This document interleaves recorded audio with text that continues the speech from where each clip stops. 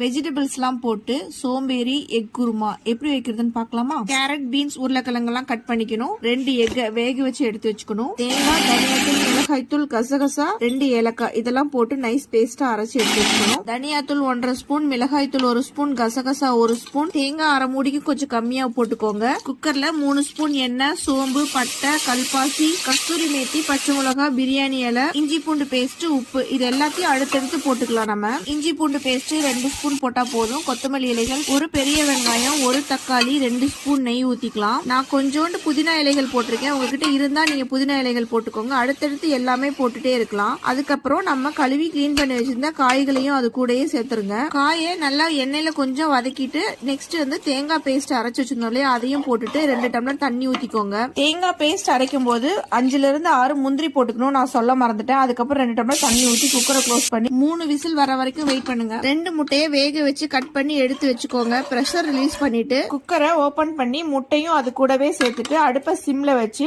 கொஞ்ச நேரம் சூடு பண்ணுங்க. அது கூடவே கரம் மசாலா தூள் கடைசியா போட்டுட்டு எவ்வளவு திக்னஸ் வேணுமோ அந்த டைம்ல நீங்க அடுப்பை ஆஃப் பண்ணிட்டு சர்வ் பண்ணீங்கன்னா செம்ம சூப்பரான வெஜிடபிள் சோம்பேறி எக் குருமா ரெடி ஆயிடுச்சு. ரைஸ் போட்டு எக் வச்சு வெஜிடபிள்ஸ் எல்லாம் வச்சு அப்பளம் வச்சு சாப்பிட்டு பாருங்க, சூப்பரா இருக்கும். என்னோட சமையல் பிடிச்சிருந்துச்சுன்னா என் பேஜை ஃபாலோ பண்ணுங்க. இதே மாதிரி சமையல் பண்ணி சாப்பிடுங்க.